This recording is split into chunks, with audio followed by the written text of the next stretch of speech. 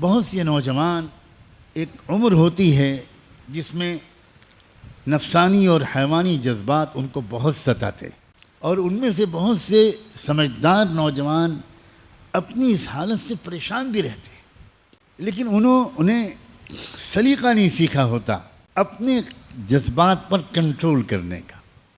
ان میں سے جتنے نوجوانوں کو ذرا فکر مندی نصیب ہو جاتی ہے، وہ تنہائیوں میں اپنے راز کھولتے ہیں اور وہ بتاتے ہیں کہ میں اس بری عادت میں مبتلا ہوں۔ اور بعض بری عادتیں تو وہ ہیں کہ جن کو بتانے کی بھی کوئی ضرورت نہیں ہوتی، ان کی نحوست اور ان کے مضر اثرات انسان کے چہرے پر صاف نظر آتے۔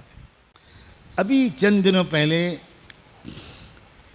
ایک نوجوان میرے پاس آیا اور اس نے آ کر کہا کہ بہت پریشان رہتا ہوں، پڑھائی میں دل نہیں لگتا وغیرہ وغیرہ، تو دماغ بالکل سن ہو گیا ہے، کسی کام کے لائق نہیں رہ گیا ہوں، پتہ نہیں کیا ہوتا جا رہا ہے، مجھے کوئی عمل بتا دیجئے، کوئی دعا کر دیجئے، پانی پہ دم کر کے دے دیجئے۔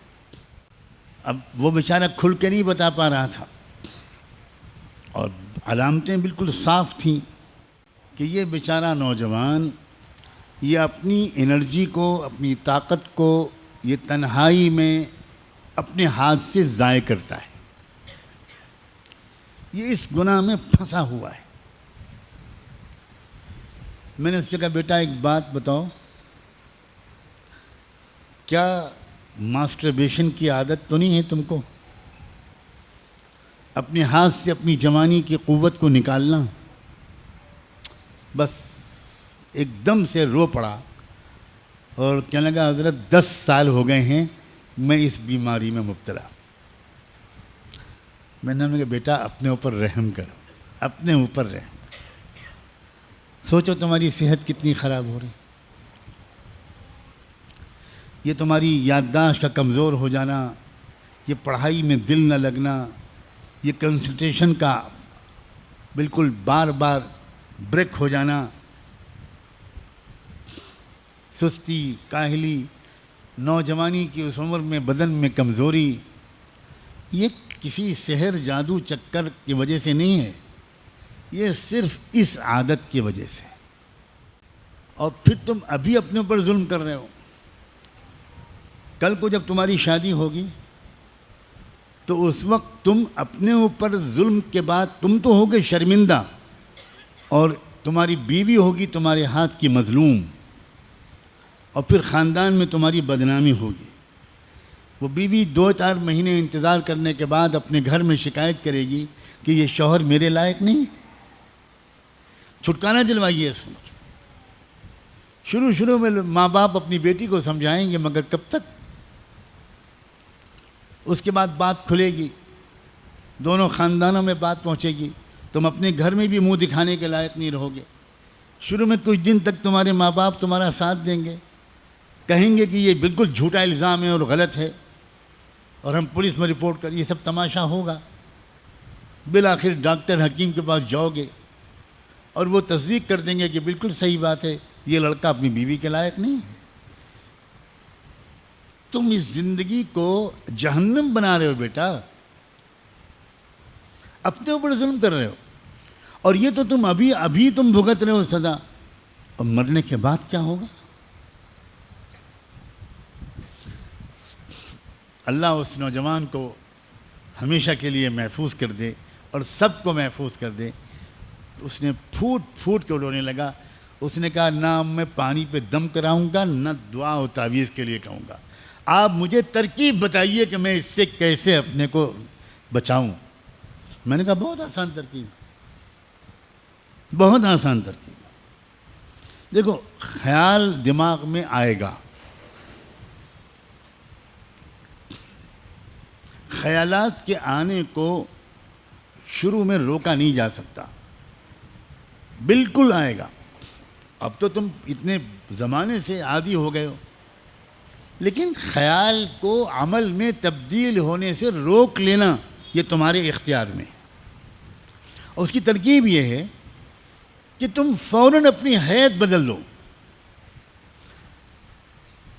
اگر تم لیٹے ہوئے ہو، بیٹھے ہوئے ہو، اکیلے ہو، کھڑے ہو جاؤ، اٹھ جاؤ، چہلنے لگو، چلنے لگو، وضو کرو فوراً، 2 رکعت نماز کی نیت باندھ لو، تسبیح پڑھنے لگو، درود شریف پڑھنے لگو، مکہ مدینے کو یاد کرنے لگو، اپنی ذہن کو ادھر سے ہٹاؤ.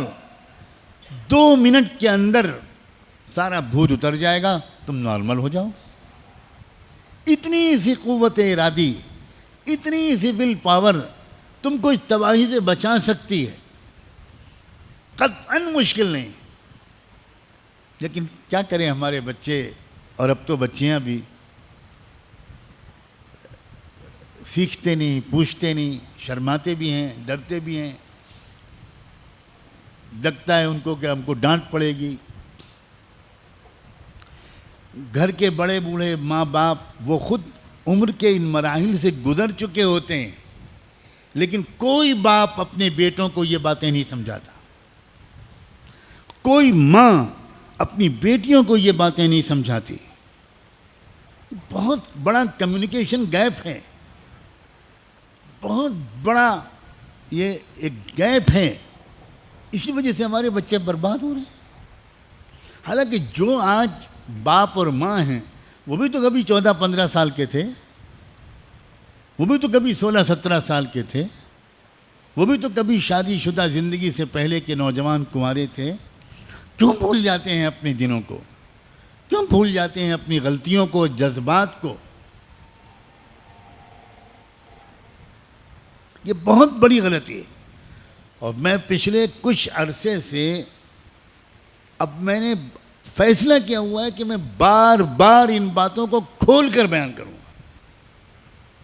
کیونکہ مجھے جب بھی ایسی باتیں میں نے کھول کر بیان کی ہیں، مجھے 50 سے 100 تک میسیجز یا ای میل ملے ہیں کہ تھینک یو ویری مچ مولانا، اللہ آپ کو جزائے خیر دے. وہ بیان میں میری آنکھ کھل گئی اور ایسی ترکیب آپ نے بتا دی کہ مجھے 1 سال ہو گیا، مجھ سے وہ غلطی دوبارہ نہیں ہوئی. اس کا مطلب یہ ہوا کہ ہمارے عزیز نوجوان بچے یہ ہمارے جگر کے ٹکڑے ہیں بھائی، یہ ہماری امت کا مستقبل ہے، یہ قیمتی لوگ ہیں. ان کو ذرا سے مشورہ دے دیا جائے پیار سے، اور مزید اللہ توفیق دے تو ان کے لیے دعا مانگ دی جائے تنہائی میں. کیا پتہ اللہ تعالیٰ ان کو ہمت دے دے اور وہ بہت آسانی کے ساتھ اس دلدل سے نکل آئیں. جن لوگوں کا روحانی پہلو مضبوط رہتا ہے وہ بہت آسانی سے اپنے جذبات کو قابو میں کر لیتے. انہیں تو اتنا عمل بھی نہیں کرنا پڑتا جتنا میں نے بتایا.